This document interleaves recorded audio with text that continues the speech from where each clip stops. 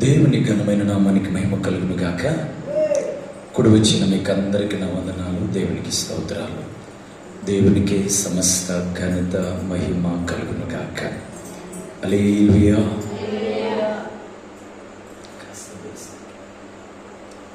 చిన్న ప్రార్థన చేసుకుందాం. మహాగణుడా నీకు వందనాలు. కృపగల దేవుడా, దయగల తండ్రి నీకు స్తోత్రం. మరొక నెలలో ప్రభా మేమందరం కూడి ప్రార్థన చేయటానికి మీరు ఇచ్చిన కృప కొరకై స్తోత్రం, దయ కొరకై స్తోత్రం. నైనా ఈ దినం మరి మేమందరం మొదటి శనివారం ఇలా కూడి ప్రార్థన చేయడానికి మీరు ఇచ్చిన అమూల్యమైన దయ కొరకై స్తోత్రం. నీ పాద సన్నిధిలో కూడి వచ్చిన బిడ్డల్ని మమ్మల్ని మీ చేతులకి సమర్పించుకుంటున్నాం. ఈ దినం మీరు మాట్లాడి మహిమ పొందండి. శ్రేష్టమైన మీ మాటలు,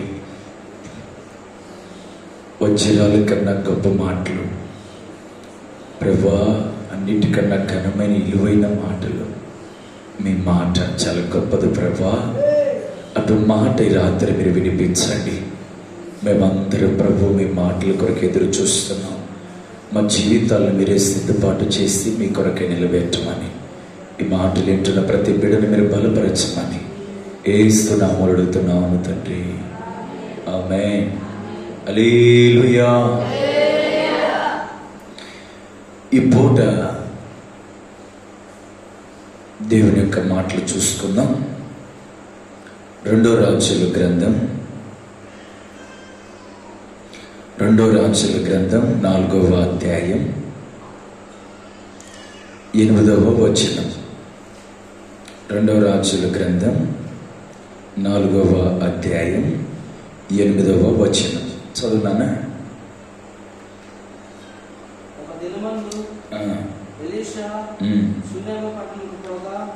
ఒక దినమందు ఎలీషా షూనేము అనే పట్టణమునకు పోగా అచ్చట గనురాలైన ఒక స్త్రీ భోజనమునకు రమ్మని అతనిని బలవంతము చేసెను. కనుక అతడు ఆ మార్గమును వచ్చినప్పుడల్లా ఆమె ఇంట భోజనం చేసెను.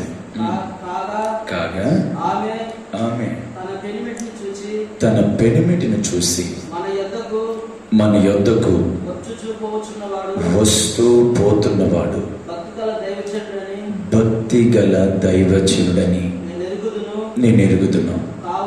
కావున మనం అతనికి గోడ మీద ఒక చిన్న గది కట్టించి అందులో అతని కొరకు మంచము, బల్ల, పీఠ, దీపస్తంభము ఉంచెదము. ఆమె చెప్పండి. హల్లెలూయా. ఇక్కడ ఒక తల్లి మనం కాపాడుతుంది. ఆమె ఎవరంట? గనురాలు. ఆమె ఎక్కడ ఉంటుంది? షూనేము అనే పట్టణంలో గనురాలు మనకి ఇక్కడ బాగా పడుతుంది. చాలాసార్లు ఈ గనురాల గురించి మనం విన్నాం, తెలుసుకున్నాం. మరి ఒక నూతన కోణంలో దేవుడు ఈరోజు ఆ గనురాల గురించి మనతో మాట్లాడును గాక. గనురాలు అనే మాటకి వాళ్ళకేమి, వాళ్ళ గనులు అంటే బాగా ఉన్నవాళ్ళు, డబ్బు కలిగిన వారు, ఆస్తిపరులు.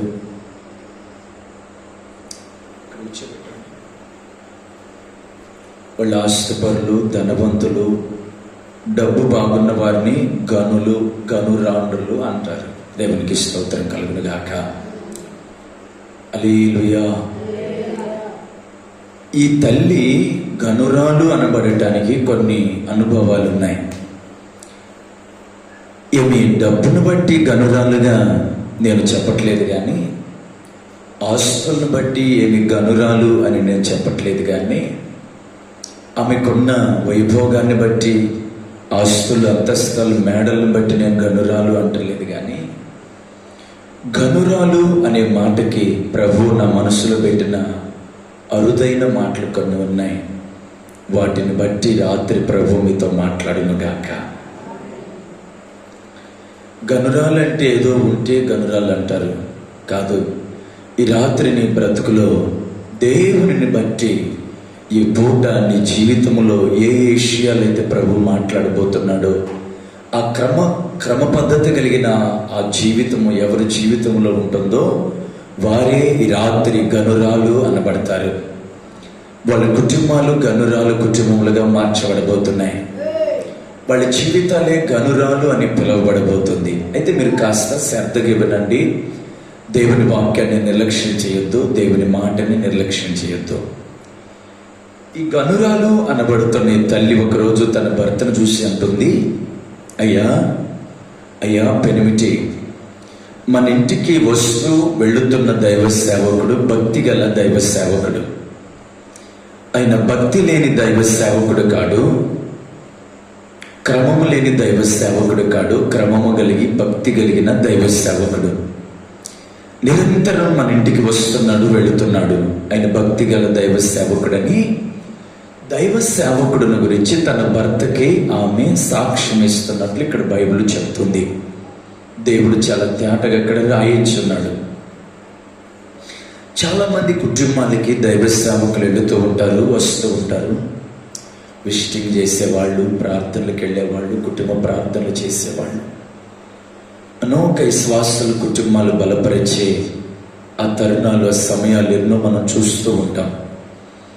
అయితే నీ ఇంటికి వచ్చి నీ కొరకై ప్రార్థన చేస్తున్న దైవ సేవకుడిని, లేక నీ కొరకై మొరపెడుతున్న నీ దైవ సేవకుడిని, లేక నీ కొరకై నిరంతరం నువ్వు ఆహ్వానించినప్పుడల్లా నీ ఇంటికి వచ్చి నువ్వు భోజనం వండి పెడితే భోజనము, లేక గంజి పోస్తే గంజి తాగి, కొన్నిసార్లు అది కూడా లేక గ్లాసు మంచినీళ్ళు ఇచ్చినప్పుడు మంచినీళ్ళు తాగి, కొన్నిసార్లు ఆ నీళ్ళు ఇచ్చేది కూడా నీకు గుర్తు లేనప్పుడు నీళ్లు ఇయ్యకపోయినా నా బిడ్డలు బాగుంటే చాలు అనుకోని నీ కోసం ప్రార్థన చేసి వెళుతున్న దైవ సేవకుల గురించి గనురాలు సాక్ష్యం ఇచ్చినట్లు ఈరోజు నీ సంఘాలలో నువ్వే మందిరానికి వెళుతున్నావో ఒకసారి గుర్తు తెచ్చుకో.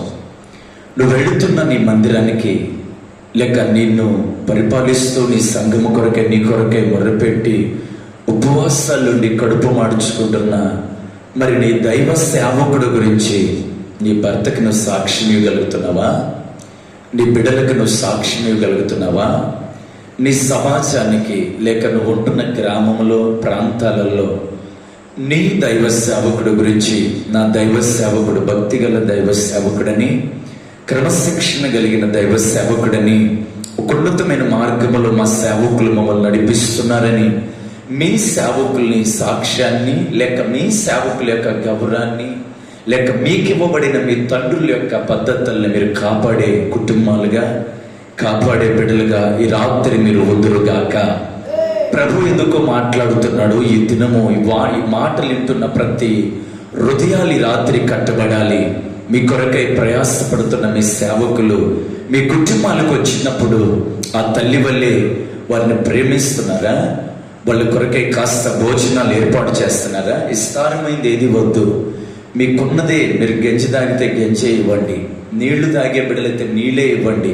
అవి కూడా లేదంటే శ్రేష్టమైన మీ ప్రేమ వాళ్ళ ఎడల చూపించి మీరు రాత్రి మార్చబడుదురుగాక. దేవుని బిడ్డ, మీరు గమనించాలి, శ్రద్ధగా వినాలి. దేవుడు ఎందుకు ఈ రాత్రి ఉన్నతమైన కోణంలో మీతో దేవుడు మాట్లాడుతున్నాడు. దేవుడు ఏదో మీ దగ్గర లేనిది కూడా ఇవ్వమని దేవుడు చెప్పడు. దేవుడు ఉన్న దాంట్లోనే ఒక కాస్తైనా, 2 కాసులైనా యథోరాలు వరే మీరు యథార్థంగా దేవుని సన్నిధిలో ఉందురుగాక. చాలా మంది అనుకుంటూ ఉంటారు, దైవ సేవకులు వస్తే వాళ్ళు మేము చాకలేకున్నాం, వాళ్ళకి మేము పెట్టలేకున్నామని. ఎవరు పెట్టమన్నారు? ఎవరు చూడమన్నారు? దైవ సేవకులన్నా మాకు పెట్టమన్నారా? దైవ సేవకులు లేకపోతే ఏదైనా కొండను తీసుకొచ్చి మాకు ఇవ్వమన్నారు? లేదు. ప్రతి దైవ సేవకుడు మనసులో ఉన్న భారం ఒకటే, సంఘము సిద్ధపడాలి, సంఘము పరిపూర్ణతలకు రావాలి, సంఘము ఉపదేశము చేత కట్టబడాలి, సంఘము రేపు ప్రభు సన్నిధిలో ఎత్తబడాలి, మా బిడ్డలు బాగుండాలి, సంఘం బాగుండాలని సంఘ భారాన్ని దైవ సేవకుడు అనబడుతున్న మీ సేవకులు, లేక మీకు ఇవ్వబడిన సేవకులు ప్రతి సంఘాన్ని, ప్రతి కుటుంబాన్ని హృదయం అనే గుండెల మీద మోస్తూ మీ కొరకై ప్రార్థన చేస్తూ మీ కొరకై ఉపవాసాల నుండి ప్రార్థన చేస్తూ ఉంటారు. దేవునికి స్తోత్రం కలుగును గాక. అయితే ఎంత భారమును మోస్తూ ఎంత వైరాగ్యము కలిగి మీ మధ్యలో బ్రతుకుతున్న మీ దైవ సేవకుడి గురించి మీరు సాక్ష్యం ఇవ్వగలగాలి. మా సేవకులు భక్తి గల దైవ సేవకులని, భక్తి గల దైవ సేవకులని మీ సేవకుల గురించి మీరు ఎప్పుడు సాక్ష్యం ఇవ్వగలరంటే, మీ సేవకులలో మీరు ఎవరిని చూడాలి అంటే తండ్రిని చూడాలి. ప్రతి సేవకుడు మీ ఇంటికి వస్తున్నప్పుడు బిడ జాగ్రత్తగాను మీ సేవకుడిని మీరు ఒక తండ్రిగా మీరు చూడాలి. మా తండ్రి మా ఇంటికి వస్తున్నాడు, మా తండ్రి మా ఇంట్లో ఉంటున్నాడని ప్రతి దైవ సేవకుడిని, మీకు ఇవ్వబడిన మీ దైవ సేవకులని మీ తండ్రిగా మీరు భావించుదురుగాక, మీ తండ్రిగా మీరు గుర్తెరుగుదురుగాక, మీ తండ్రిగా మీరు అలాగా భావించుకొని ఒక తండ్రిని చూచినట్లు మీరు చూడాలి. దేవునికి మహిమ. ఈ రాత్రి చాలా మంది దైవ సేవకులలో తండ్రిని చూడట్లేదు. ఈ చిలివిడైపోతుంది. చాలా మంది నిర్లక్ష్యం చేస్తున్నారు. మీకు ఒక తండ్రి ఉంటే మీ తండ్రి ముందు మీరు ఎగరదిగా ఉంటారా? మీకు ఒక తండ్రి ఉంటే ఆ తండ్రిని అట్టంటే అట్ట మాట్లాడతారా? మీకు ఒక తండ్రి ఉంటే ఆ తండ్రి గురించి ఏదంటే అది మీరు చెప్పగలరా? లేదు కదా. మీ తండ్రి గురించి మీరు ఎంతగా అయితే మాట్లాడారో దైవ సేవకుడి గురించి కూడా ఏం మాట్లాడాలో అదే మాట్లాడటం మీరు నేర్చుకోవాలి. దైవ సేవకుడిని మీరు ఎలా వెంబడించాలో అలాగే మీరు వెంబడించాలి. మీకు ఇవ్వబడిన మీ సేవకులు ఎప్పుడు దుఃఖపడకూడదు. మీకు ఇవ్వబడిన మీ సేవకులు ఎప్పుడు కన్నీళ్లు కారవకూడదు. దేవునికి స్తోత్రం కలుగును గాక. ఈ రాత్రి మీకు నేను నేర్పించే పాఠం ఏంటంటే, ఆ గనురాలు అంటుంది, మన ఇంటికి వెళుతూ వస్తూ భోజనాన్ని చేస్తున్న మన దైవ సేవకుడు భక్తి గల దైవ సేవకుడు అని సాక్ష్యం ఇస్తుంది. దేవునికి మహిమ కలుగును గాక. దేవుని బిడ్డ, మరి ఈ పూట ప్రభు మీతో చెప్తున్న మాట ఏంటంటే, మీకు ఇవ్వబడిన మీ సేవకుడు గురించి మీరు సాక్ష్యం ఇవ్వండి. సాక్ష్యం ఇవి లేకపోతే మీరు మౌనం ఉండండి. అర్థమైంది నా మాటలు? మీరు ఒకవేళ మీ సేవకుల గురించి మీరు సాక్ష్యం ఇచ్చి మీ సేవకుడిని మీరు బలపరచలేకపోతే, మీ సేవకుడికి మీరు సహకారం ఉండలేకపోతే, మీ సేవకుడిని బలపరిచే అనుభూతి మీకు ఒకవేళ లేకపోతే, మీరు దయచేసి మౌనం అయిపోండి. అంతేగాని కృంగదీసే మాటలు, బలహీనమైన మాటలు, మీ ప్రాంతాలలో సేవ చేస్తున్న మీ సేవకుల గురించి నలుగురి ముందు బ్యాడ్గా మాట్లాడి, నిర్లక్ష్యంగా మాట్లాడి, మరి కేర్లెస్గా మాట్లాడి మీ సేవకుల జీవితాలు మీరే కృంగదీయొద్దు, వేళను పాలు చేయొద్దు. ఒకరి గురించి మీరు తీర్పు అస్సలకి ఇవ్వద్దు. ప్రతి ఒక్కరికి ప్రభు తీర్పునిచ్చేవాడే ఉన్నాడు. దేవునికి స్తోత్రం. హల్లెలూయా చెప్పండి. రాత్రి మీరు శ్రద్ధగా వినాల్సిన నేను మనస్ఫూర్తిగా కోరుకుంటున్నాను. తన భర్తతో ఏమి చెబుతున్న మాట ఏందో తెలుసా? అయ్యా, మన ఇంటికి వస్తూ వెళుతున్న దైవ సేవకుడు భక్తి గల దైవ సేవకుడు, ఈ దైవ సేవకుడికి మన గోడ మీద ఒక ఇల్లును కడదాము అని చెప్తుంది. దేవునికి మహిమ కలుగును గాక. ఇల్లు కట్టటమే కాదు, ఆ దైవ సేవకుడు అప్పుడప్పుడు వెళ్ళి రావటం కాదు, ఆ దైవ సేవకుడు ఎప్పుడు చిన్న మన ఇంట్లోనే ఉండాలి అని దైవ సేవకుని పక్షమున ఆమె యొక్క శ్రద్ధ తీసుకోవటం జరిగింది. ఆమె సొంత నిర్ణయంతో ఏది చేయలేదు, సొంత తలంపులతో ఏది చేయలేదు, ఏదో ఆమెకే భర్తకు తెలియకుండా ఏది చేయలేదు. ఆమె అంటుంది, భర్తతో చెప్తున్న మాటలు ఇవి. ఎవరితో చెప్తున్న మాటలు? భర్తతో చెప్తున్న మాటలు. కొంతమందికి భర్త అంటే లెక్క ఉండదు, కొంతమందికి భార్య అంటే లెక్క ఉండదు. నీకు ఒక మాట చెప్పాను, నువ్వు భక్తి చేయి, ప్రార్థన చేయి, నువ్వు మంచి ప్రార్థన పరుడుగా ఉండు. అయితే నీ భక్తిలో నీ భర్తకు తెలియకుండా నువ్వు ఏది చేయకూడదు, నీ భార్యకి తెలియకుండా నువ్వు ఏది చేయకూడదు. మీరు ఏది చేసినా భార్యాభర్తలు అనబడుతున్న ఒక కుటుంబంలో ఐక్యత కలిగి, ఏక మనస్సు కలిగి, అందరూ తోడ్పడి, అందరూ చెయ్యి కలుపుకొని భార్యాభర్తలు ఒక కార్యాన్ని చేయటానికి పూనుకోవాలి. అప్పుడేం జరుగుతుందంటే, భార్యాభర్తలు అనబడుతున్న మీ జీవితాల్లో ఐక్యత, ప్రేమ అని అనుబంధం ఎప్పుడైతే ఉంటుందో, ఒకరొకరు సలహా ఇచ్చుకుంటూ, ఒకరు మాట్లాడుకొని ఏమి చేయాలో అని సలహాలు ఇచ్చుకుంటూ ఎప్పుడైతే మీరు ముందు కొనసాగుతారో, దేవుని బిడ్డలు అనబడుతున్న నా కుటుంబాలలో, లేక విశ్వాసుల కుటుంబాలలో ఏ తగరాదులు ఉండవప్పుడు, ఏ సమస్యలు ఉండవప్పుడు. ఈరోజు చాలా మంది కుటుంబాలలో నెమ్మదులు లేవు, చాలా మంది కుటుంబాలలో సంతోషం లేదు, చాలా మంది కుటుంబాలలో ఆదరణ లేదు, నెమ్మది లేక దుఃఖపడుతూ ఏడుస్తున్న కుటుంబాలు ఎన్నో ఉన్నాయి. అయితే మీకు ఒక మాట చెప్పానా, ఈరోజు నీ కుటుంబం కృంగిపోవటానికి, నీ కుటుంబం కన్నీళ్ల మధ్యలో ఉండటానికి కారణం ఏంటో తెలుసా? నువ్వు నీ భర్తకి చెప్పకుండా ఏదంటే అది చేస్తున్నావు, నీ భార్యకి తెలియకుండా నువ్వు ఏదంటే అది చేస్తున్నావు. దేవుని బిడ్డ, మీరు ఏకాత్మ, దేవునికి స్తోత్రం కలుగును గాక. మనమందరం దేవుని ఆత్మయ్య ఉన్నాం, ఏకాత్మయ్య ఉన్నాం, మనమందరం దేవుని శరీరమై ఉన్నాం. నీకు ఒక మాట చెప్పానా? భర్తకి తెలియకుండా నువ్వేమీ చేయొద్దు. నువ్వేది చేయాలని భర్తకి చెప్పు, నువ్వేది చేయాలని నీ భార్యకి చెప్పు. అప్పుడు దేవుని ప్రేమ అక్కడ కనబడుతుంది. దేవునికి స్తోత్రం కలుగును గాక. ఎవరి మనసు కలిగి ముందుకు వెళతారో వారి మధ్యలో తగులు రావు బిడ, వాళ్ళ మధ్యలో మొగభేదాలు రావు, వాళ్ళ మధ్యలో సమాధానం కోల్పోరు. ఈరోజు చాలా మంది సమాధానం కోల్పోతున్నారు, కుటుంబాలు నెమ్మదిగా లేవు అనటానికి కారణం ఒకటే, భార్యకి తెలియకుండా భర్త, భర్తకు తెలియకుండా భార్య, ఎవరి పనులు వాళ్ళు చేసుకుని వెళ్ళిపోతున్నారు. రాత్రి దేవుని సేవకునిగా మిమ్మల్ని ఖండించినట్టు నేను మాట్లాడుతున్న మాట ఏం తెలుసా? భక్తి చేయి, సేవకుడు తెలియకుండా భర్తకు తెలియకుండా ఏది చేయొద్దు. భక్తి చేయి, నువ్వు నీ భార్యకి తెలియకుండా ఏది చేయొద్దు. దేవునికి స్తోత్రం కలుగును గాక. ఇద్దరు ఏకాత్మ కలిగి, ఏక మనస్సు కలిగి, ఏక తలంపులు కలిగి, ఏక నడివిడిక కలిగి ఒక దైవ సేవకునికి ఒక గోడ మీద ఇల్లు కట్టుకోవటానికి పూనుకున్న కుటుంబము ఏ కుటుంబమైనా ఉంది అంటే అది గనురాల కుటుంబం మాత్రమే. దేవునికి స్తోత్రం కలుగును గాక. ఈ రాత్రి నువ్వు ఒక ఇల్లు కట్టాలి, ఆ ఇల్లు గనురాలు మాత్రమే కట్టగలగాలి.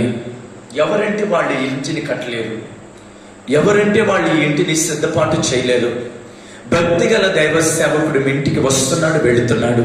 అందరూ ఇల్లు కట్టలేరు కానీ, అందరూ ఇంటిని సిద్ధపాటు చేయలేరు కానీ, అందరూ ఈ ఇంటిని కట్టి నిలబెట్టలేరు కానీ, ఒక గనురాలు కుటుంబం మాత్రమే ఈ రాత్రి ఇల్లు కట్టగలదని నేను తేటగా చెప్తున్నాను. దేవునికి స్తోత్రం కలుగును గాక. ఈ రాత్రి మీరు శ్రద్ధగా గమనించండి. ఈ రాత్రి మీ ఇల్లు, మీ కుటుంబాలు గనురాలు కుటుంబముగా మార్చబడాలి. ఈ రాత్రి గనురాలు కుటుంబముగా మీ ఇల్లు ఉండునట్లు రాత్రి ప్రభు మీకు దేవుడి కృపనివ్వును గాక.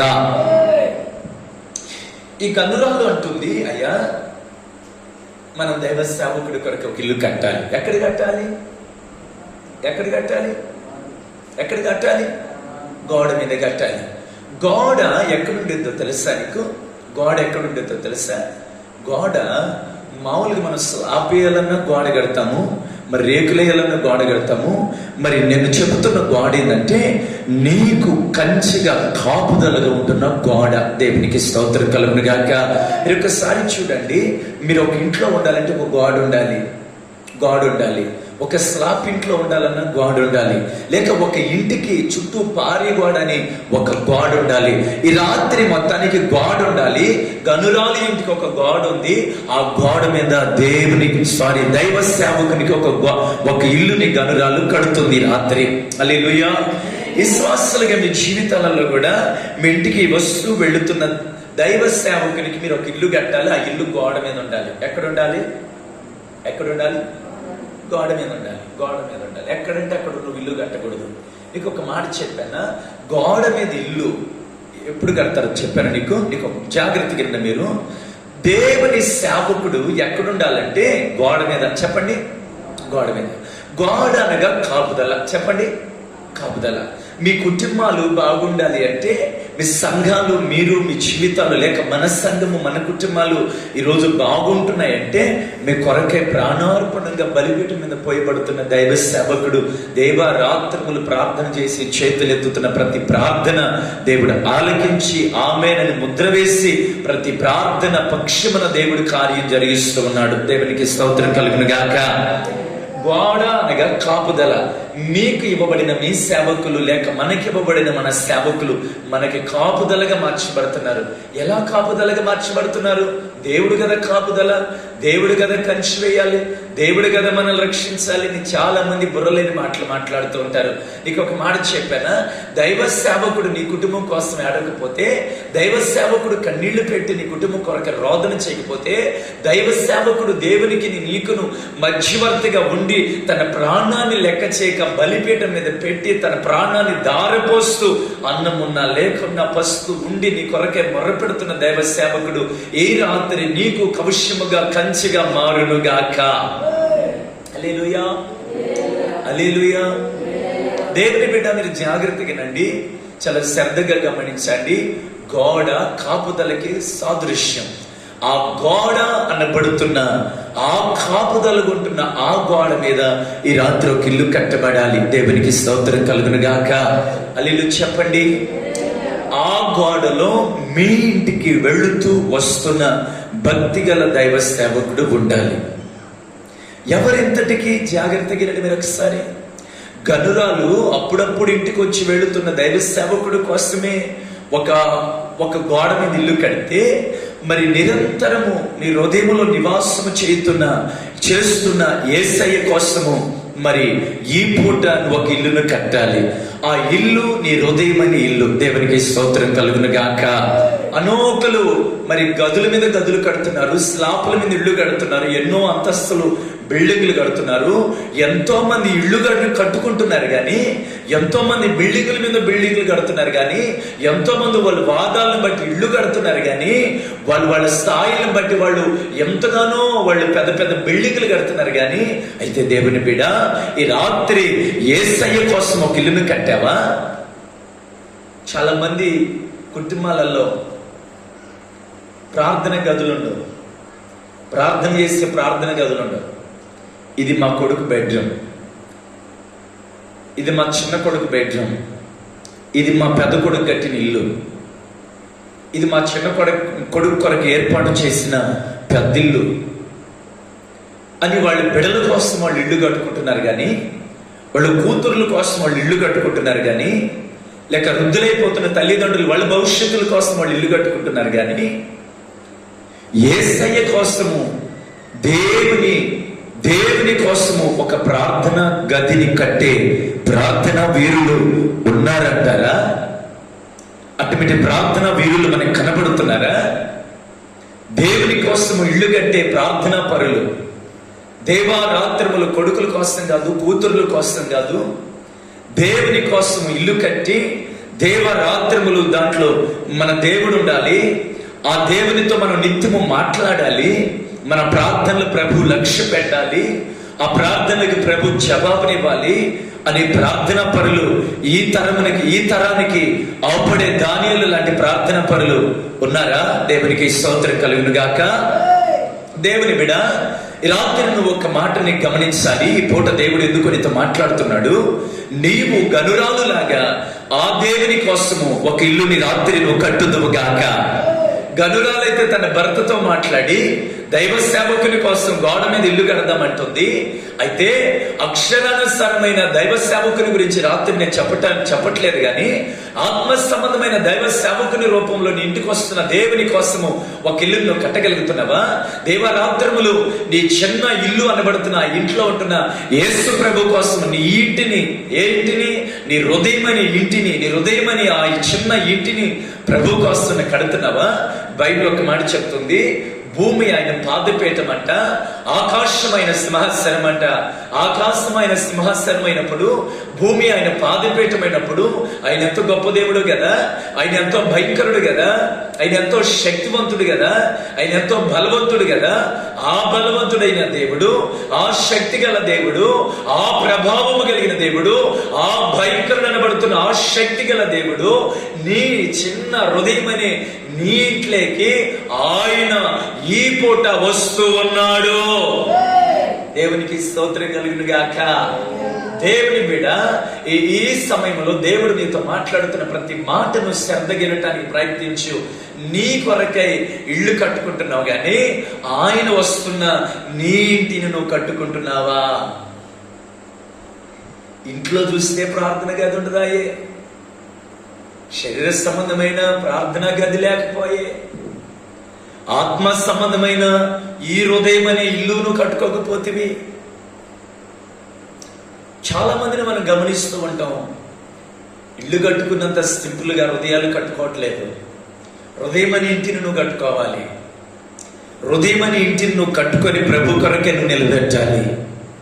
ఆ గనురాలులాగా భక్తిగల దైవ సేవకునికి ఎలా అయితే గోడ మీద కాపుదలగుంటున్న గోడ మీద కవశ్యంగా రక్షణ కవశ్యంగా ఉంటున్న ఆ గోడ మీద ఎలా అయితే గనురాలు దైవ సేవకునికి ఇల్లు కట్టిందో, భక్తి కలిగిన నా దేవుని కోసము, భక్తిని నేర్పించిన నా యేసయ్య కోసము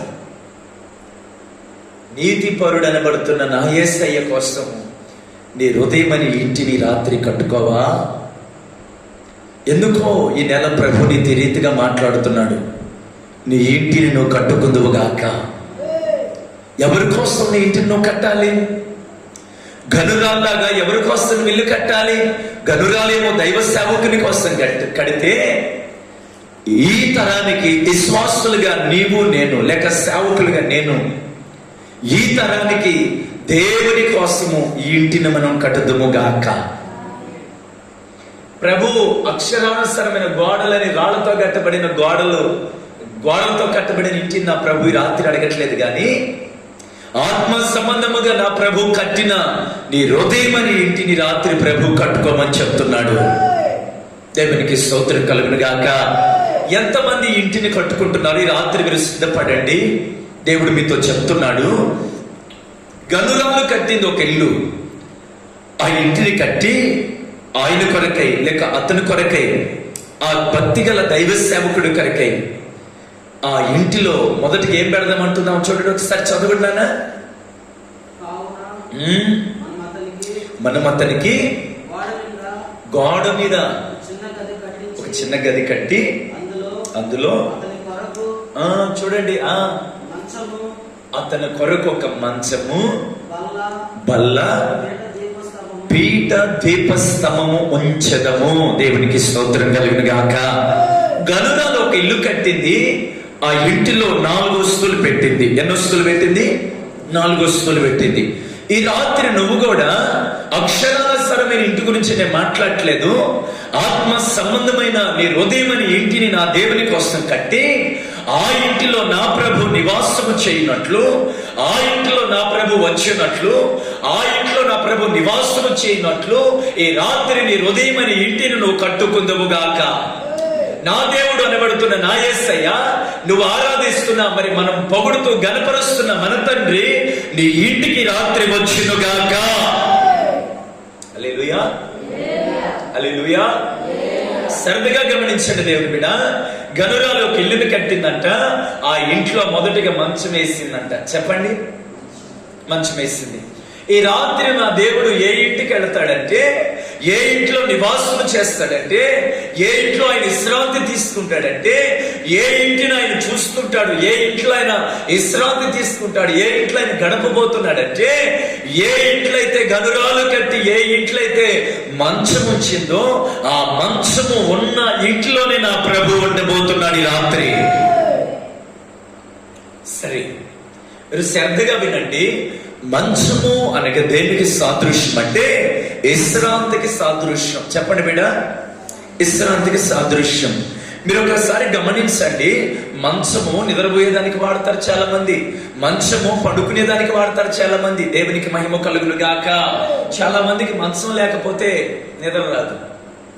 మంచం ఉంటేనే నిద్ర, మంచం ఉంటేనే నిద్ర. అయితే ఇవన్నీ నేను చెప్పడానికి నేను ఇష్టపడట్లేదు, కానీ మంచము అనగా విశ్రాంతికి సాదృశ్యము. దేవునికి స్తోత్రం కలుగును గాక. ఈ రాత్రి గనురాలు దేవుని కోసం, లేక దైవ సేవకుని రూపములు ఇంటికి వస్తున్న ఆ దేవుని కోసం ఒక ఇంటిని కట్టినట్టు నువ్వు కూడా దేవునికి ఒక ఇల్లుని కట్టి, ఆ ఇంటిని విశ్రాంతి అనబడుతున్న మంచాన్ని ఆ ఇంట్లో ఈ రాత్రి నా ప్రభు కొరకే ఉంచుదువుగాక. విశ్రాంతి కలిగిన మంచానికి సాదృశ్యం ఏమిటి చెప్తాను జాగ్రత్తగా. ప్రతి ఆదివారము నువ్వే ప్రాంతంలో ఉన్నావు నాకు తెలియదు, అసలుకి నువ్వే ఊర్లో ఉన్నావో తెలియదు నాకు. ఒకవేళ మన మందిరానికి వచ్చేవాళ్ళైతే దేవునికి స్తోత్రం. ఈ మాట వారిని ఆశీర్వదించునుగాక. వాళ్ళు మన మందిరానికి రాకుండా ఏరే మందిరాలకు వెళుతున్నట్లయితే మీ మందిరాలకు వెళ్ళే వారందరూ గమనించండి. ప్రతి మందిరానికి ప్రతి ఆదివారం ఉదయాన్నే లేచి ప్రతి పనులు త్వరపడి చేసుకొని ఎవరైతే విశ్రాంతి దినమున దేవుని సన్నిధిలో మీ మందిరాలకు వెళ్ళి గడపతారో వాళ్ళే గనురాలు అనబడుతున్న ఇళ్ళు, వారు మాత్రమే ఇళ్ళను కట్టుకోగలరు. దేవునికి స్తోత్రం కలుగును గాక. మంచం అనగా విశ్రాంతికి సాదృశ్యం, అంటే ఆదివారం జరుగుతున్న ఆరాధనకి సాదృశ్యం. ఆదివారం జరుగుతున్న ఆరాధనకి సాదృశ్యం. నీ మందిరానికి నువ్వు వెళుతున్నావా? మందిరానికి ఆపేస్తున్నావా? ఈ వారం కాదు రేపు వారం వెళ్దామంటారు చాలా మంది. రేపు వారం కదా పై వారం వెళ్దామంటారు చాలా మంది. ఈ వార్తన దేవుని మందిరాన్ని నిర్లక్ష్యం చేస్తున్నావు. దేవుని మందిరానికి నువ్వు ఆగిపోతున్నావు. నీ సేవకుడు ఫోన్ చేసినా ఫోన్ ఎత్తావు. కొన్నిసార్లు ఫోన్ ఎత్తినా నేను మందిరానికి రోజు రాలేకపోయాను, బంధువులు వచ్చారంటావు, చుట్టాలు వచ్చారంటావు, ఆరోగ్యం బాగలేదంటావు, నాకు జ్వరం వచ్చిందంటావు. దేవునికి స్తోత్రం కలుగును గాక. అయితే ఇన్ని సాకులు చెప్పి మందిరానికి ఆగిపోయే నువ్వు, ఇన్ని సాకులు చెప్పి చుట్టాలు వచ్చారని ఒకరు, బంధువులు వచ్చారని ఒకరు, ఓ మా తమ్ముడు వచ్చారని ఒకరు, పెద్దమ్మ వచ్చిందని ఒకరు, ఇంకా జ్వరం వచ్చిందని ఒకరు, తలనొచ్చిందని కొంతమంది, ఇంకా కానుకలు లేవని కొంతమంది, ఇలా అనేక సోకులు పెట్టి అనేక ఆన్సర్లు చెప్పి మందిరానికి ఆగిపోయేవాళ్ళు. పలు రకాలు మాటలు చెప్పి ఈ కారణాలు చూపించి మందిరానికి ఆగిపోయేవాళ్ళు విశ్రాంతి అనుభవం కలిగిన వారు కారు. విశ్రాంతి అనుభవం కలిగిన ఏ కుటుంబాలంటే ప్రతి ఆదివారం, నెలలో 4 వారాలైతే ఒక్క వారం కూడా ఆగకుండా దేవుని మందిరానికి ఏ కుటుంబం అయితే ఎడుతుందో ఆ కుటుంబమే గనురాలు కుటుంబం. ఆ కుటుంబాన్ని నా ప్రభు గనురాలు కుటుంబం అని పిలుస్తాడు. ఆ కుటుంబంలో విశ్రాంతి అనుభవం ఉంటుంది. ఆ ఇంటిలో విశ్రాంతి అనుభవం ఆపడుతుంది.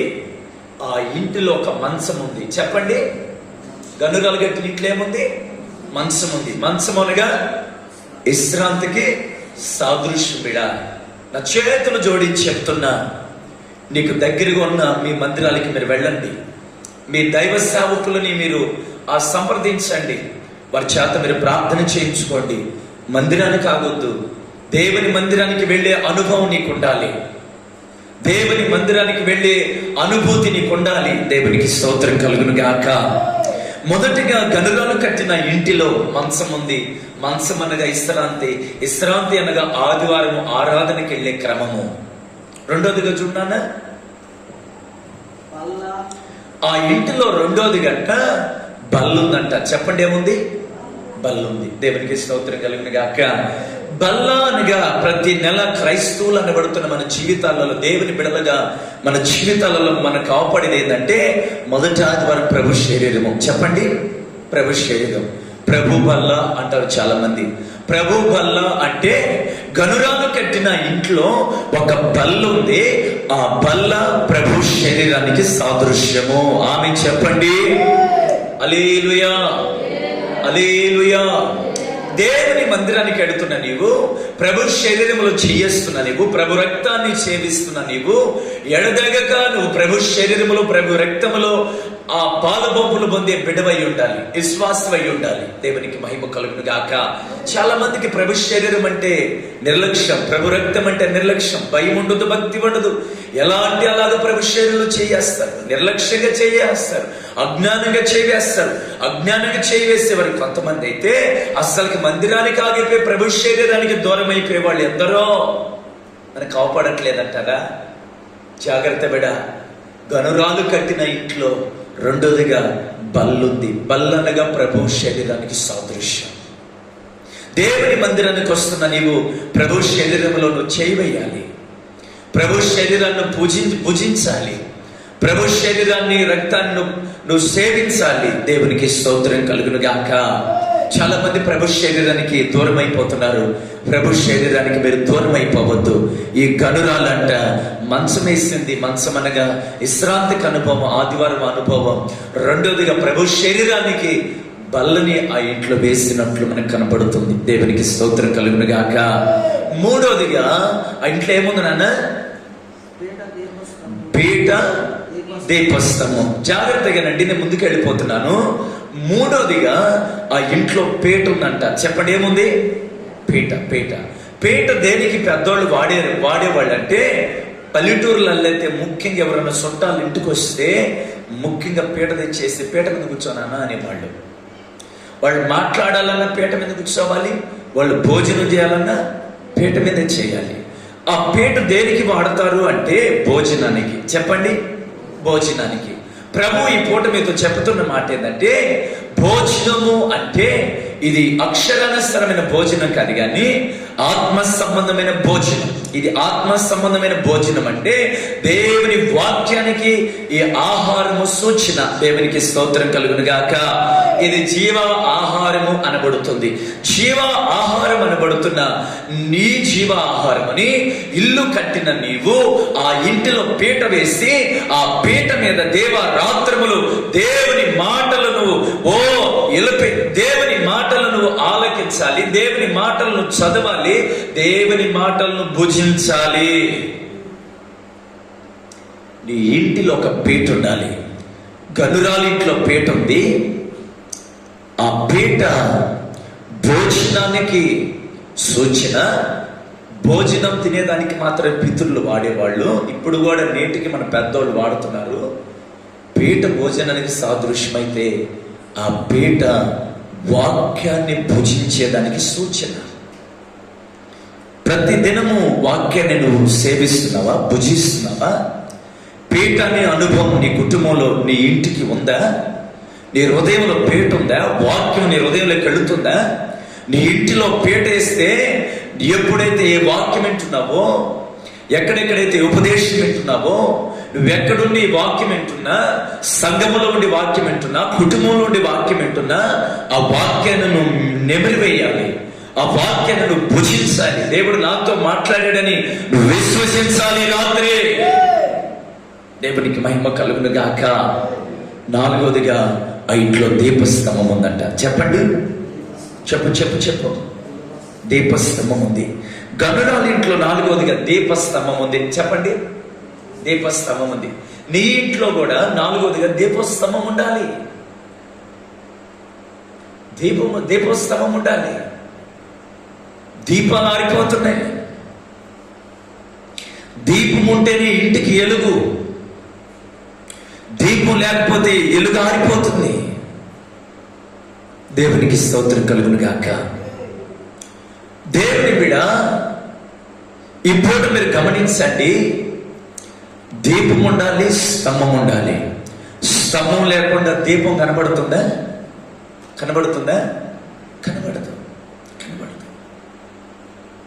నీ దీపం వెలగాలి అంటే, నీ దీపం వెలిగించబడాలి. గనురాలి ఇంట్లో ఉంటున్న దీపాలు మీ ఇంట్లో కూడా, మీ కుటుంబాలలో ఉండాలి అంటే, ఈ రాత్రి నువ్వు ఒక ప్రార్థన పరుడు అయి ఉండాలి. ప్రార్థన పరురాలు అయి ఉండాలి. ప్రార్థన జీవితం ఎవరి జీవితంలో ఉంటుందో, ప్రార్థన ఒక స్తంభం అయితే ఆ స్తంభం మీద వెలిగే ఆ దీపము ఈ రోజు నువ్వు నేనే. ప్రార్థన లేని జీవితాలు ఎలగవు. మోషే గారు 40 రాత్రులు రేయి పగుళ్ళు దేవుని సన్నిధిలో గడిపి కొండది కిందకు వస్తే ఇశ్రాయేలు ప్రజలంట మోషే ముఖ రూపాన్ని చూడలేకపోయారంట. నిన్ను చూసిన వాళ్ళందరూ అలా ఉన్నారా? నిన్ను చూస్తే అమ్మో వెలిగించబడుతుంది మొహం అని చెప్పుకుంటున్నారా? నిన్ను చూస్తే కొంతమందికి చూడబుద్ధి అవట్లా. నువ్వు ప్రార్థన చేసే బిడ్డవైతే నిన్ను చూసి అనోకలు, వీళ్ళు దేవుడు నమ్ముకున్న వాళ్ళు, వీళ్ళు మొక్కలు వెలిగించబడుతున్నాయి, ప్రకాశించబడుతున్నాయి అని చెప్పుకోబోతున్నారు. దేవునికి స్తోత్రం కలుగును గాక. నీకు ప్రార్థన అనే స్తంభమే లేకపోతే, అసలుకి స్తంభమే లేకపోతే, ప్రార్థనని బేసే లేకపోతే నీ జీవితంలో నీ బ్రతుకు వెలిగించబడదు. దీపం వెలిగించబడాలి అంటే నువ్వు ప్రార్థనలో వెలిగించబడాలి. ప్రార్థన అనుభవం నీ బ్రతుకులో ఉండాలి. నువ్వు ప్రార్థన చేస్తే ప్రార్థన వీరుడుగా, ప్రార్థన వీరులుగా మార్చబడదువుగా ఈ పూట. దేవుని బిడ్డ, గమనించండి, ప్రార్థన చేస్తేనే నీ జీవితం వెలిగించబడుతుంది.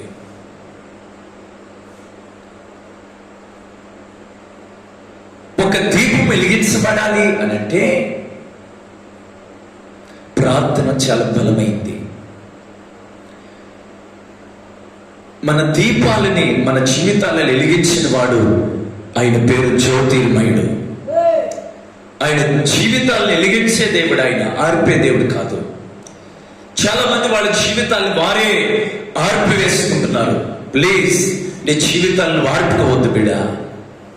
నీ ఆత్మీయ జీవితాన్ని ఆర్పుకోవద్దు, నీ ప్రార్థన జీవితాన్ని ఆర్పుకోవద్దు, నీ శ్వాస జీవితాన్ని ఆర్పుకోవద్దు. నీ ఆత్మీయ అనుభవాలు, ఒకప్పుడు ఉంటున్న ఆత్మీయత, ఒకప్పుడు ఉంటున్న ప్రార్థన, ఒకప్పుడు ఉంటున్న భక్తి, ఏది అన్నీ ఆరిపోయినాయి. అది ఇప్పుడు ప్రజలలో కనబడట్లా. జాగ్రత్త, ఆర్పుకోవద్దు నీ దీపాన్ని. ఆ ఇంటిలో నాలుగోదిగా దీపస్తంభం ఉండాలి. స్తంభము అంటే ప్రార్థన, అది ధూపం అనే స్తంభము. దేవునికి స్తోత్రం కలుగును గాక. ప్రార్థన అనే స్తంభము నీ ఇంట్లో ఉండును గాక. ఆ ధూప స్తంభం మీద ఒక దీపం ఉండాలి. ఆ దీపం ఈ రాత్రి వెలిగించబడాలి. ఆ దీపం ఎవరో కాదు, నువ్వే. నేనే నేనే నేనే నువ్వు నేనే. అనోకలకు నువ్వు కనబడాలి అంటే, అనోకలకు కనపడాలి. ఏదేదో చేస్తారు చాలా మంది. జాగ్రత్త.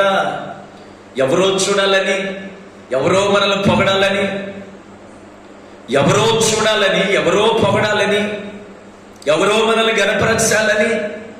చాలా మందికి మనుషులు గణపరిస్తే చాలా మంది తృప్తి పడిపోతారు. చాలా మంది మనుషులు చూడాలని మనుషుల ముందు పరిచయం చేసేవాళ్ళు, మనుషులు చూడాలని మనుషుల మీద భక్తి చేస్తే ప్రార్థనా పరులు ఎక్కువైపోయారు. ఇప్పుడు జాగ్రత్త.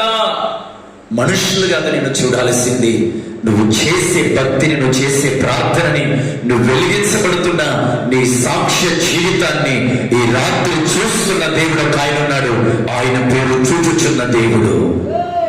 ఆ దేవుడు నిన్ను నన్ను చూడాలి. ఎవరో ఏది నాకు అర్థం కాదు చూసేది. మనుషులు చూస్తే నీ బతుకు ఆడే ఉంటది, నీ జీవితం అక్కడే పడుతుంది. అదే నా యేసయ్య గారు నిన్ను చూశాడనుకో, నా యేసయ్య గారు నిన్ను చూశాడనుకో, యాడో పడిపోయి ఉన్నావు నువ్వు, ఎక్కడో దిగజారిపోయి ఉన్నావు నువ్వు. పడిపోయిన ఆ స్థితిలో ఉన్న నిన్ను మనుషులు చూస్తే ప్రయోజనం ఉండదు. మనుషులు చూస్తే ప్రయోజనం ఉండదు బిడ్డ.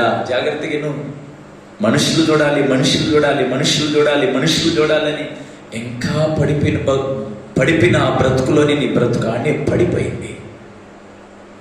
యేసయ్య గాని నిన్ను చూడగలిగితే ఆయన నిన్ను ఉన్నతమైన స్థితిలో ఆయన నిలబెడతాడు. దేవునికి స్తోత్రం కలుగును గాక. హల్లెలూయా. దీపము కిందుంటే వెలిగిస్తుందా, పైనుంటే వెలిగిస్తుందా? గనురాల కుటుంబం అనబడుతున్న నీ కుటుంబము వెలిగించబడాలి. నేటికి ఈ తరానికి గనురాల గురించి మనం చెప్పుకుంటున్నామంటే మరొక తరమున నీ గురించి అనోకులు చెప్పుకోగలగాలి.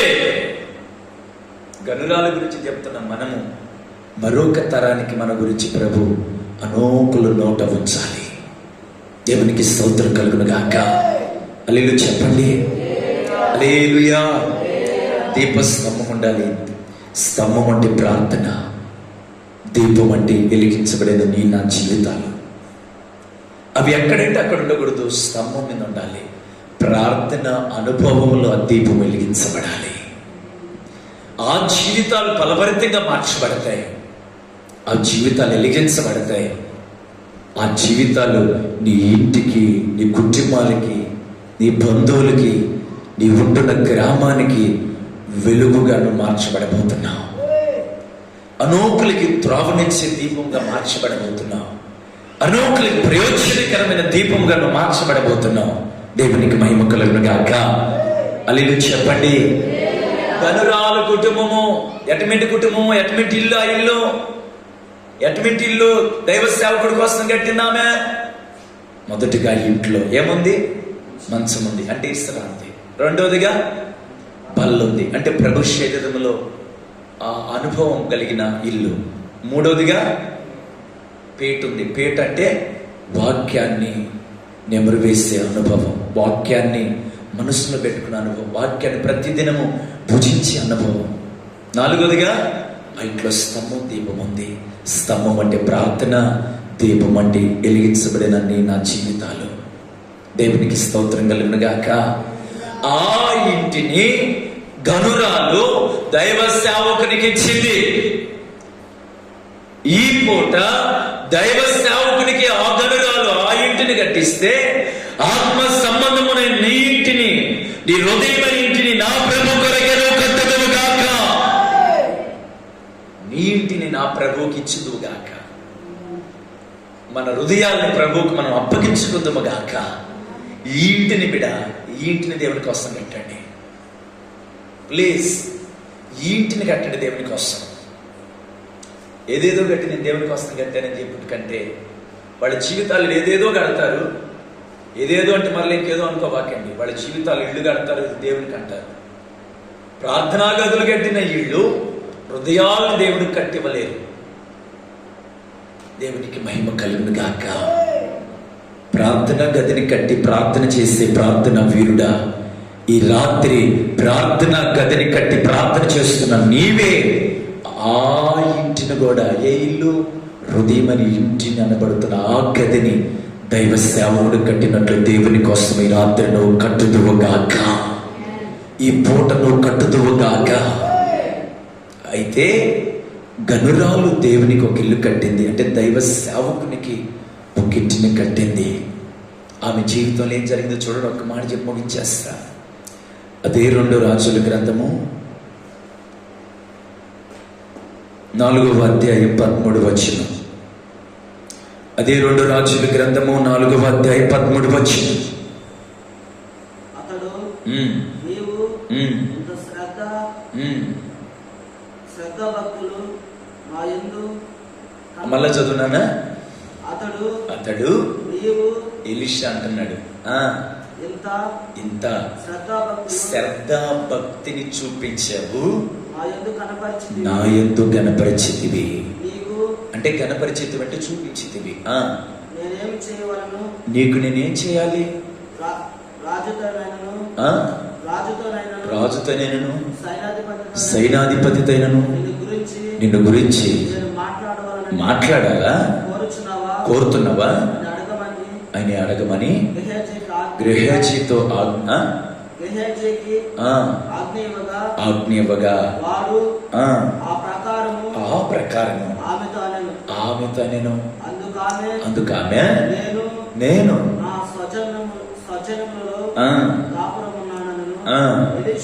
ఎలీషా నేనేమి చేయకూరుతున్నానని వారిని అడగగా గృహజీ ఆమెకు కుమారుడు లేడు, మరియు ఆమె పెనిమిటి ముసలివాడని. అందుకతడు ఆమెను పిలువు పిలిచెను. ఆమె వచ్చి ద్వారమందు నిలవగా ఎలీషా మరుసటి యాట నీ ఋతువున నీ కవుగిట ఒక్క కుమారుడు ఉండెను. ఆమె చెప్పండి హల్లెలూయా. ఒక మాట చెప్పానా? కార్యాల కోసం అద్భుతాల కోసం పరిగెత్తుతున్నారు చాలా మంది. కార్యాల కోసము అద్భుతాలు ఆడ జరుగుతున్నాయి, ఏడ జరుగుతుంది, అక్కడ ఉంది, ఇక్కడ ఉందని పరిగెత్తుతున్నారు చాలా మంది. నిజముగా నువ్వు గనురాలులాగా నీ ఇంటిని కట్టి నా ప్రభు కొరకే నిలబెట్టగలిగితే, ఏ ఇల్లు? హృదయమని ఇల్లు దేవుని కోసం కట్టగలిగితే నా దేవుడు గర్భపు ద్వారాలు తెరవబోతున్నాడు. దేవుడు కార్యాలు చేయాలండి. మనుషులేంది నాకు అర్థం కాలేదు. మనుషులు గొప్పవాళ్ళ? మనుషులు దేనికి యోగ్యులు కాదు. దేవుడే సమస్తానికి యోగ్యుడు. ఆయన తలుసుకుంటే ఏదైనా చేస్తాడు బిడ. ఆయన తలుసుకుంటే బిడల్ని ఇవ్వగలడు. ఆయన దేవుడు మనిషి కాదు. దేవుడు తలుసుకుంటే కార్యాలను చేయగలడు. దేవుడు తలుసుకుంటే రోగిని బాగు చేయగలడు. దేవుడు తలుసుకుంటే ఏదైనా మలగగలడు.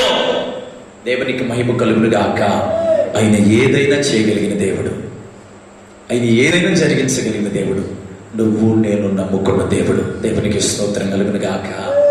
హల్లెలూయా హల్లెలూయా.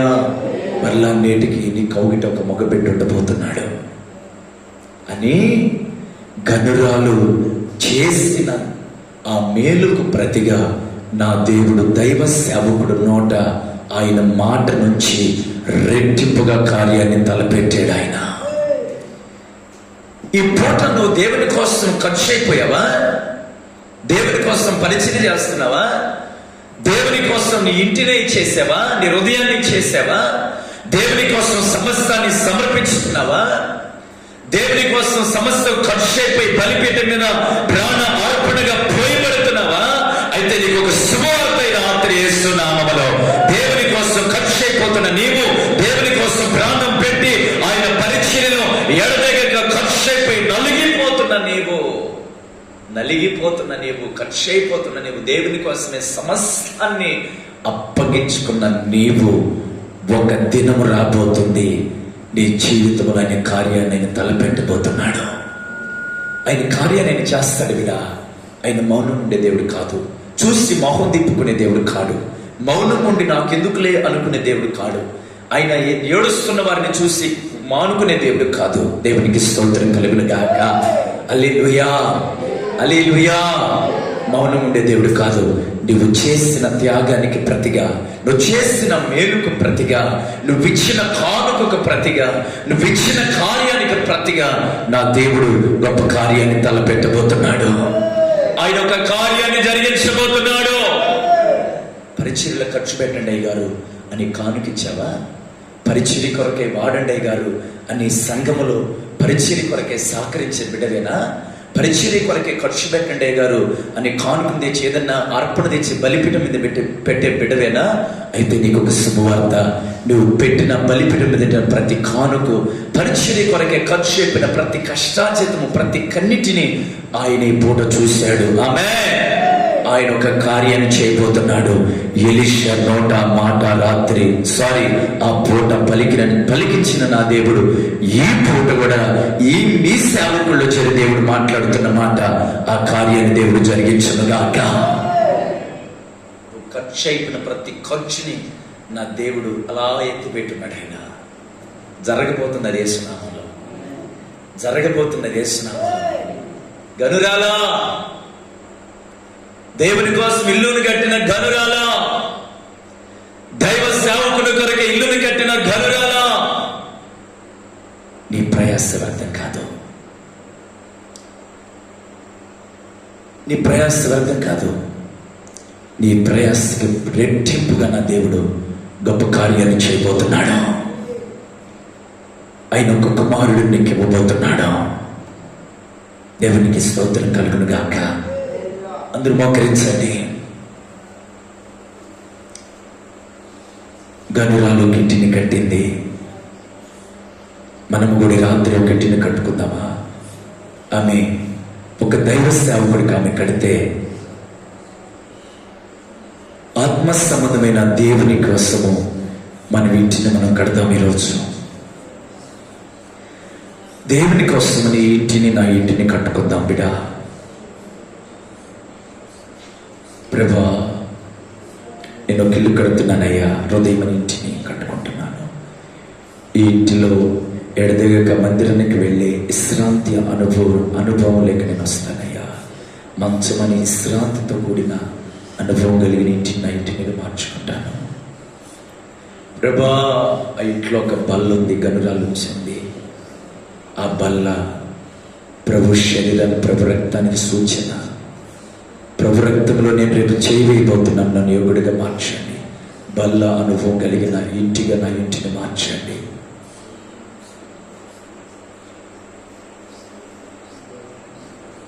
మూడవదిగా, అది పీఠ అనుభవం కలిగిన ఇల్లు, అంటే వాక్యాన్ని నెమరవేసే ఇల్లు. నాలుగవదిగా, స్తంభం, ప్రార్థన వెలిగించబడిన జీవితం కలిగిన ఇల్లు. ఏ ఇల్లు అయితే విశ్రాంతి కలిగిన, మందిరానికి వెళ్ళే, ఏ ఇల్లైతే మందిరానికి వెళ్ళే ఇల్లుగా మారుతుందో, ఏ బిడ్డ హృదయం అనే ఇల్లు అయితే మందిరానికి వెళ్ళే హృదయంగా మారుతుందో, లేక బల్ల అనుభవం కలిగిన ఇల్లుగా మారుతుందో, లేక వాక్యాన్ని నెమరవేసే ఇల్లుగా మారుతుందో, లేక లేక ప్రార్థన అనుభవం వెలిగించబడిన జీవితంగా మారుతుందో, ఆ ఇల్లే గనురాలు ఇల్లు. ఆ ఇంటికి నా ప్రభు రాబోతున్నాడు. ఆ ఇల్లే నా దేవునికి కావాలి. ఆ ఇల్లు రాత్రి కట్టబడును గాక. ఎన్నికల్లో 2 మాటలు నా ప్రభు దీవించి ఆశీర్వదించి గొప్ప చేయను గాక. మనందరి ఇల్లు గనురాలి ఇల్లుగా మార్చబడును గాక. ఆయన మేలులతో మనం తృప్తిపరచబడదుము గాక. ఎన్నికలు 2 మాటలు ప్రభు దీవించి ఆశీర్వదించును గాక. అందరూ పోరాడి స్తోత్రించేదమా.